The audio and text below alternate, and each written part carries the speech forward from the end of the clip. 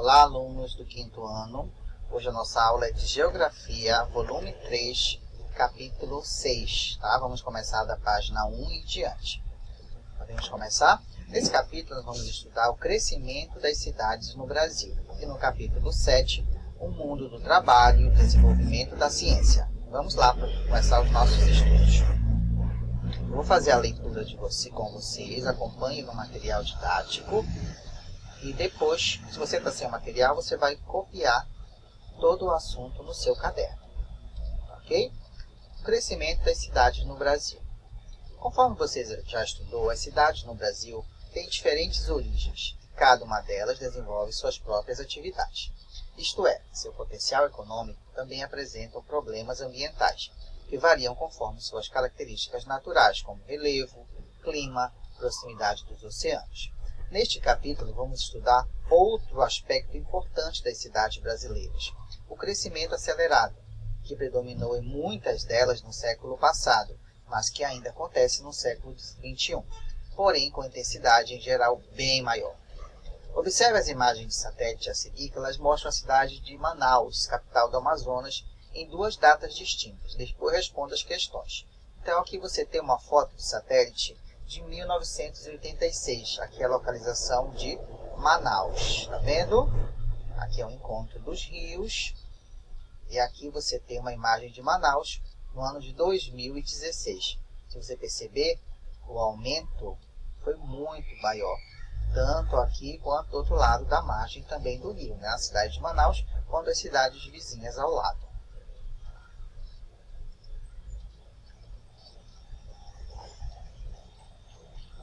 E aí, o que são imagens de satélite e como elas são obtidas? Você já parou para pensar como elas são obtidas?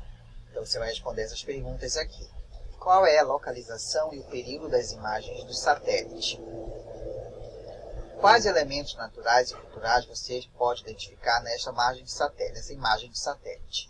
Compare as duas imagens, quais processos de transformação estão sendo evidenciados. Considerando o intervalo de tempo entre as imagens, em sua opinião, a expansão da área urbana foi rápida? Justifique as suas respostas, tá? Copia tudo isso aqui e resolve no teu caderno. Página 4, você tem aqui a expansão e conexão entre as cidades. A expansão das áreas urbanas, conforme você observou no exemplo da cidade de Manaus, é uma tendência que atinge vários países, não apenas o Brasil.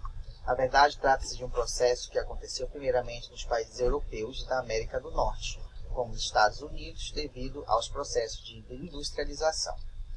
As indústrias modernas que produzem aço, carros, aparelhos eletrodomésticos, como liquidificador, televisão, telefones, por exemplo, e outras mercadorias só chegaram aqui em meados do século XX, em especial a partir da década de 1920 a 1930.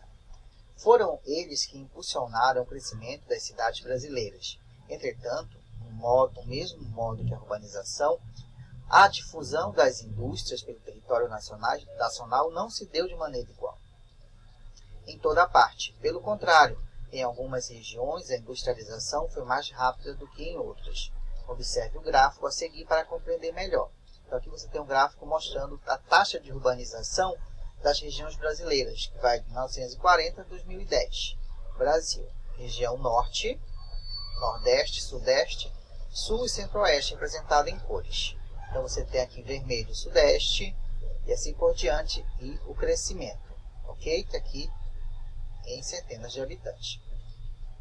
Considerando seus estudos sobre a expansão e conexão entre as cidades do Brasil, responda às questões a seguir. Qual foi o principal fator que contribuiu para o crescimento acelerado das cidades no Brasil a partir da data de 1940? Você vai ver aqui, rever o assunto e vai responder a sua questão. A expansão das áreas urbanas no Brasil não se deu de maneira uniforme. De acordo com o gráfico da página 4, em quais regiões esse processo aconteceu de maneira mais intensa? E em quais regiões ele foi menos intenso. Agora, responda as perguntas com base nas informações do gráfico da página 4. A região do município em que você mora passou a ter mais da metade da população morando nas cidades, entre quais anos? Você vai verificar lá onde a linha está subindo. A cada 100 habitantes da região que você mora, quantos viviam nas cidades no ano de 2010? Qual a região que teve a maior taxa de urbanização entre 1940 e 2010? Compare a trajetória das linhas que representam as regiões Norte e Sul no gráfico. O que você pode concluir sobre a urbanização dessas duas regiões nas últimas décadas? Tá? Então você vê que você vai ter, nessa aula a gente vai trabalhar bastante análise de gráficos e de tabelas. Como você pôde perceber, a urbanização atingiu todas as regiões do país, embora com intensidade e velocidade diferentes. O resultado mais visível desse processo foi o crescimento descontrolado das grandes cidades do país, em especial das capitais estaduais e da capital federal, Brasília. Muitas dessas cidades cresceram tanto que acumularam milhões de habitantes, ou pelo menos algumas centenas de milhares.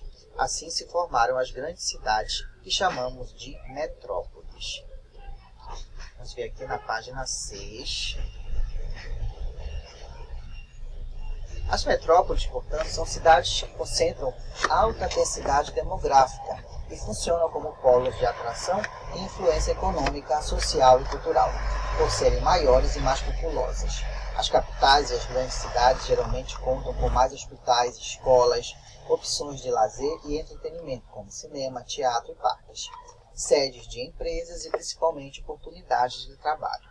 Muitas vezes elas crescem ao lado de outras cidades que nem sempre podem ser consideradas pequenas.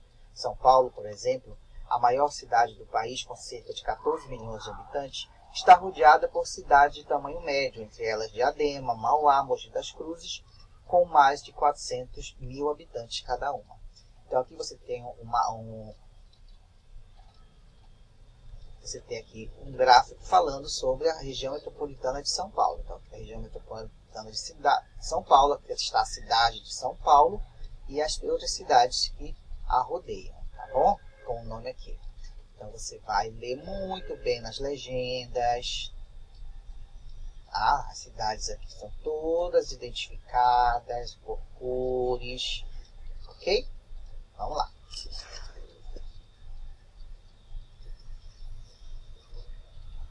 Aqui está sendo rápido, mas você vai pausar, vai fazendo etapa por etapa dessa aula, tá bom? Porque vai dar tempo de você ler, fazer as suas anotações, estudar e resolver as atividades.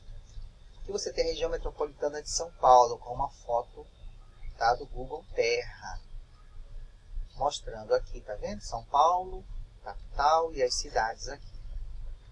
Observe o mapa da região metropolitana de São Paulo, da página 6, que nós vimos anteriormente, também chamada de Grande São Paulo, formada por uma rede com 39 cidades.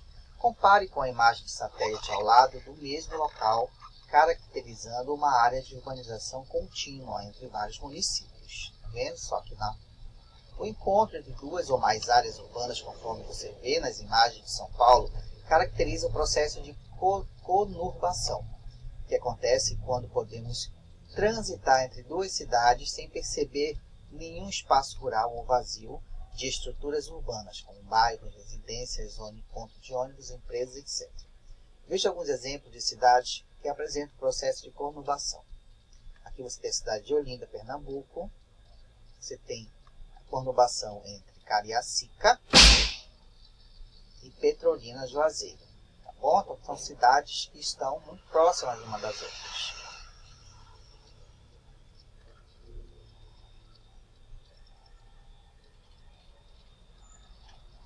E na página 9, na página 8. Atualmente, pouco mais da metade da população mundial vive em cidades. O Brasil apresenta, portanto, uma média de urbanização maior que a média de urbanização do planeta como um todo. Mas essa diferença está cada vez menor, visto que no mundo inteiro os países passam por processos de urbanização, exceto quando já atingiram níveis muito altos. Estudos da Organização das Nações Unidas, a ONU, indicam que até 2050, 2 a cada 3 pessoas no mundo estarão vivendo nas áreas urbanas. Leia mais a respeito da seção a seguir. Então vamos ler aqui um pouquinho sobre essa seção aqui. Com as mudanças demográficas e o crescimento populacional, mais de 2,5 bilhões de pessoas estarão vivendo em áreas urbanas até a metade desse século. A maior parte do aumento estará concentrada em poucos países. Juntos, Índia, China e Nigéria responderão por cerca de 35% do crescimento projetado para a população urbana mundial entre 2018 e 2050. O relatório também estima que até 2030 o mundo terá 43 megacidades, aquelas com mais de 10 milhões de habitantes, frente a 31 atualmente. Até 2028, a capital indiana, Nova Delhi, deve se tornar a cidade mais populosa do planeta. Atualmente, Tóquio é a maior cidade do mundo, com 37 milhões de habitantes, seguida de Nova Delhi, com 27 milhões, e Xangai, com 26 milhões. Cidade do México e São Paulo vêm em seguida, cada uma com 22 milhões de habitantes. Então, aqui você tem a cidade de Tóquio e aqui você tem o centro de Nova Delhi.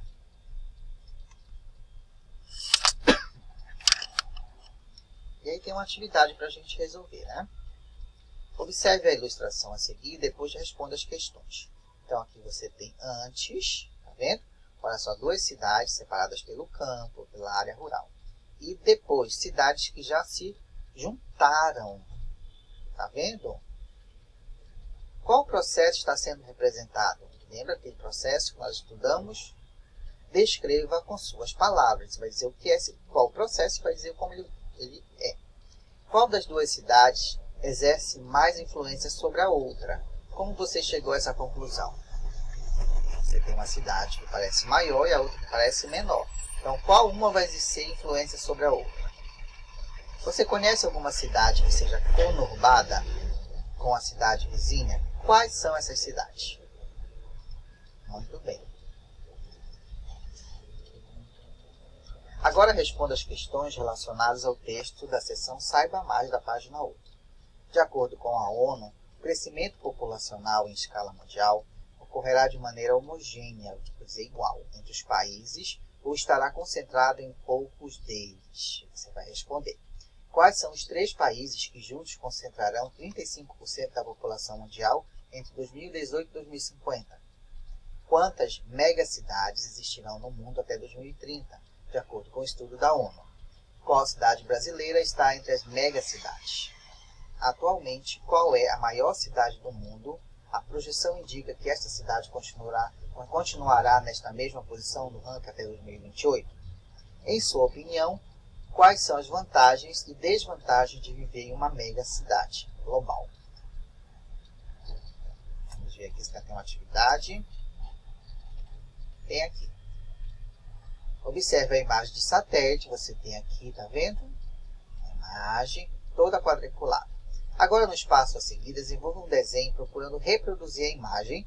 Represente os elementos naturais e culturais que você consegue identificar, como rios, praias, áreas verdes, identificação e ruas. Você vai tentar reproduzir a cidade com todos os seus elementos naturais. Então, alunos, hoje aqui a gente encerra a nossa aula 1 de Geografia. Estudem, revejam a aula, façam as atividades. Qualquer dúvida é só me procurar. Grande abraço, até o nosso próximo encontro.